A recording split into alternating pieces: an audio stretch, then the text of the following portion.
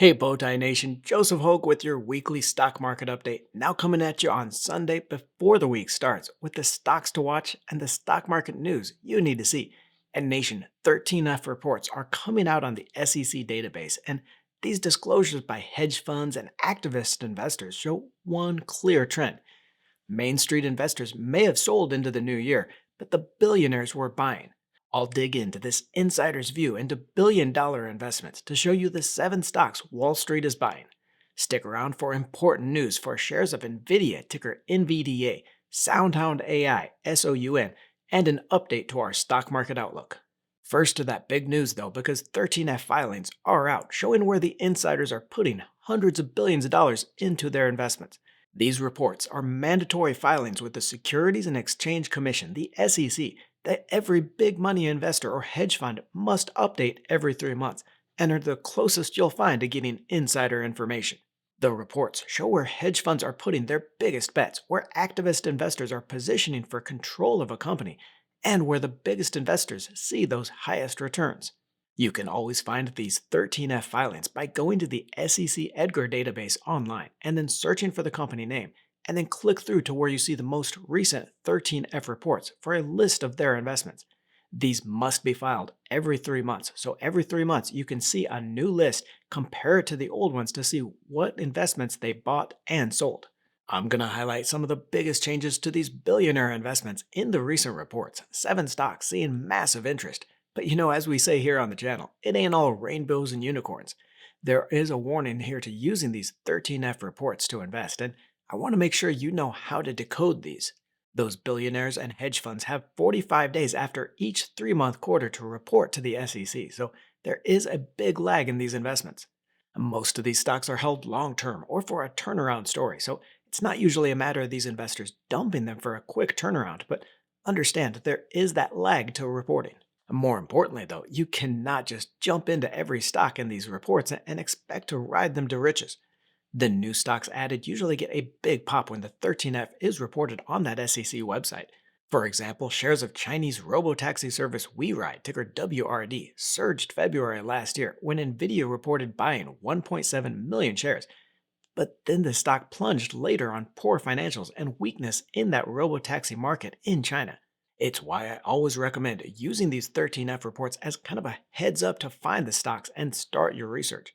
If it looks like a good investment, maybe buy some right away, but still leave some cash aside to invest if that price comes down later. Let's get started with the most followed 13F filing, Warren Buffett's Berkshire Hathaway, reporting the last investment changes made by Buffett himself before passing along management to the trillion-dollar company. The big news in this most recent filing was that Buffett continued to sell out of his shares of Apple, ticker AAPL, now just 18% of the total portfolio, whereas once as high as 50% at one point. The Oracle of Omaha opened up a new position in shares of the New York Times, ticker NYT, for $350 million, which gives Berkshire about 2.8% control of the media company. Other big moves here include increasing the investment in Chevron, ticker CVX, to 130 million shares, worth almost $24 billion, and continuing to cut shares of Bank of America, BAC, now down to 517 million shares. In all, Berkshire holds 43 companies in its portfolio worth $320 billion. Apple is still the largest holding, but now down to less than a fifth of assets. Now, keeping with Buffett's style here, these are all more mature companies with strong brands, and almost all of them pay a dividend. Ken Griffin's Citadel Advisors isn't just a $65 billion hedge fund, but also a market maker in stocks, seen in over 12,000 lines of investments and options in his 13F filing. Now, that means Citadel isn't necessarily making an investment in all these companies, but could just be providing an offsetting side to the other investors in the market. For example, if someone sells a call option on Nvidia, Citadel might buy the option and then offset it by buying a put, shorting the stock, or even through a swap. But since some investments, like short sales, written options, and swaps, aren't reported on the 13Fs, we really don't know the full extent to the hedge fund's position. I know that's about as clear as mud, but it is a sad fact and a lack of real transparency in the market. The best we can do in trying to decipher these 13F reports is just to look at the stock ownerships and then try to infer from there. Comparing the November report with Citadel's new 13F released last week, we do see a massive accumulation in big tech. The firm added more than 11.7 million shares of Nvidia during the quarter, now holding over 21 million shares. It also added almost 11 million shares of Amazon for a total of 14 million shares there. Activist investor Bill Ackman and his Pershing Square portfolio are much more concentrated and with an interesting mix of new tech and old line businesses. The big change this quarter was the new position in Meta Platforms, ticker META, for 2.6 million shares worth over $1.7 billion. The investment joins Alphabet, ticker GOOGL, and Amazon, AMZN, to total over $6 billion in the AI hyperscalers. That is nearly half the $15 billion portfolio, and combined with robotaxi Uber Technologies, ticker UBER, $2.4 billion invested there, Ackman is definitely looking to the future. Then the other investments here are much more in line with Ackman as an activist investor, investing for board control to change the company and then squeeze out those profits. His $1.5 billion stake in Howard Hughes Holdings, ticker HHH, gives him 34% ownership and is likely to affect a split or a spin-off of those assets. Positions in others here like Hertz Global, Hilton Worldwide, and Restaurant Brands are all to push for that change at the company and the higher shareholder return. Ray Dalio's Bridgewater is another giant hedge fund with over $136 billion spread across more than 1,000 investments. So here, again, you're going to need to download all this into a spreadsheet to dig into the changes. Dalio invests heavily into ETFs with the Spider S&P 500 ETF, the ticker SPY, his largest position, adding 1.8 million more shares last quarter to bring the total to over $3 billion, 11% of the portfolio. Even more interesting though here, he holds over 4.2 million shares of the iShares Core S&P 500 ETF, the ticker IVV, which holds the exact same shares, meaning his real investment in the S&P 500 index is closer to a fifth of his position.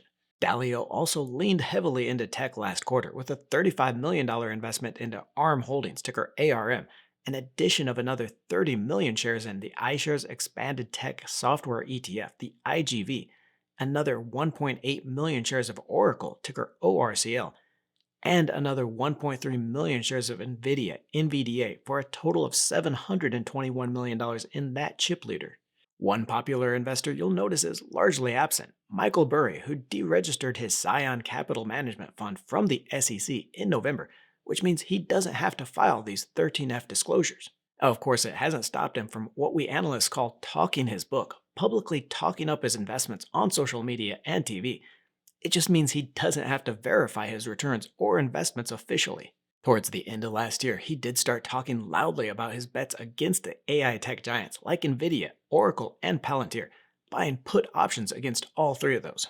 Shares of Nvidia are flat since then, so he's probably losing some money on the puts there, but shares of Oracle, ORCL, are down 40% from the last quarter, and Palantir, PLTR, is down 22%. So he is likely making money on those puts if he held on to them. I'm going to show you the stocks I'm watching this week next, but if you haven't yet, join me on the Blossom Investing app with a special invite link I'll leave in the description below.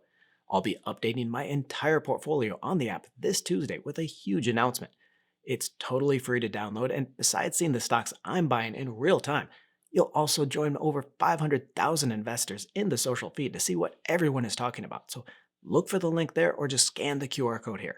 On to the stocks I'm watching this week. Another big week for earnings reports. Circle Internet Group, ticker CRCL, reports earnings Wednesday with the stock down 80% just in the 4-month sell-off and well off its post-IPO peak of $250 each. Stablecoin growth has all but stopped with a total circulation of just $307 billion. That is less than 1% higher than when Circle last reported in November and far from the 77% pace of growth in the year before that. Now, Circle's USDC stablecoin is still 24% of that market, second after Tether, but it's that growth story that has driven this stock post-IPO.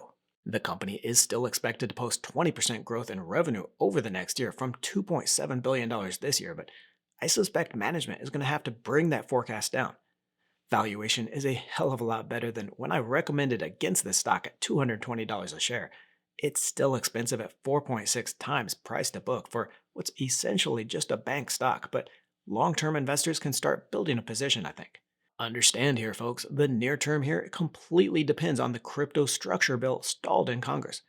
If it passes and allows platforms like Coinbase to offer rewards on investors' stablecoin deposits, then this stock is going to jump higher. If the platforms, though, are not allowed to offer those rewards, CRCL could have further to fall.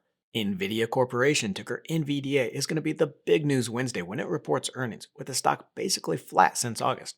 The tech giant is expected to post 67% revenue growth to $65 billion for the 3 months, and to update investors on the expected 63% pace for this year to $213 billion in sales. And putting all the recent news together, I think there's a good chance the company supports and even tops those numbers. Nvidia recently expanded its deal with Meta, supplying not only the AI-powered GPU chips, but also signing a deal for CPUs, the central processing units, which are more basic chips that have been the domain of AMD and Intel since that AI boom took off and Nvidia really pivoted to focus on those higher value GPUs. That deal with Meta looks like Nvidia now wants total semiconductor domination. We know from reports of other tech giants like Meta, Alphabet, and Amazon that AI spending is only growing higher. Just the 4 largest hyperscalers are now spending over $100 billion a quarter and are forecast to plow $700 billion into AI this year. A recent quote by Google founder Larry Page caught my eye here, saying, "I am willing to go bankrupt rather than lose this race."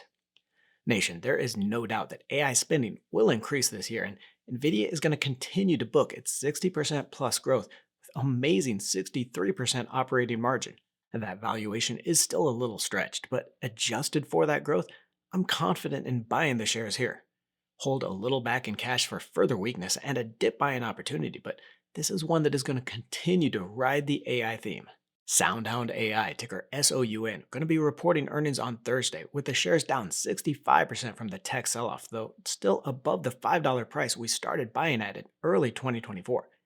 The AI voice assistant leader is expected to post 56% revenue growth for the quarter and an update on the expected 97% growth this year to $167 million. This company is still operating in the red with a loss of 14 cents per share expected this year, though has plenty of cash on hand to cover its operations. Here in any of these small, fast-growing, unprofitable companies, I always look to the statement of cash flows to make sure the company has enough firepower to grow into its market. Soundhound had over $269 million in balance sheet cash at the end of last quarter, more than enough to cover its $111 million free cash outflow for the years as it grows. This company has a competitive advantage in the $160 billion AI voice assistant market with its unique platform that translates speech directly to meaning and then into output, a tech advantage it's used to sign partnerships with car makers, restaurants, and retailers. Folks, the stock is going to follow the general direction of tech and AI stocks, but when a rebound does come, and over the long term, this is going to be the next generation AI stock to own. Zscaler, ticker ZS, is going to be reporting on Thursday as well, with the stock now cut in half from its peak $336 per share last October. In fact, ZS has been the hardest hit in the cybersecurity sell-off, as investors worry that AI could replace software makers. The stock is down 38% over the 6-month period, with the rest of the group flat or slightly negative and well off their October highs. Zscaler is expected to post strong 23% revenue growth for the quarter and update on its 23% growth for the year to $3.3 billion in sales. I updated my portfolio and positions in cybersecurity stocks on Friday in a must-watch video that proves AI is going to be an upside catalyst for this group, potentially pushing revenue into overdrive. I'm going to link to that video in the description below, so make sure you check that out next. Zscaler posts solid revenue growth and now is in value territory as well, and I took advantage of the sell-off to add $25,000 to my investment last week.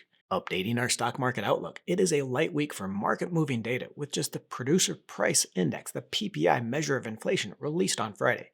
And that doesn't mean calm markets though, as earnings continue to come out and could keep investors in a foul mood.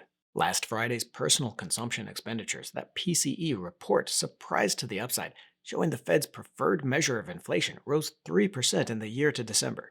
So inflation running well above the Fed's 2% target is taking further interest rate cuts off the table for this year.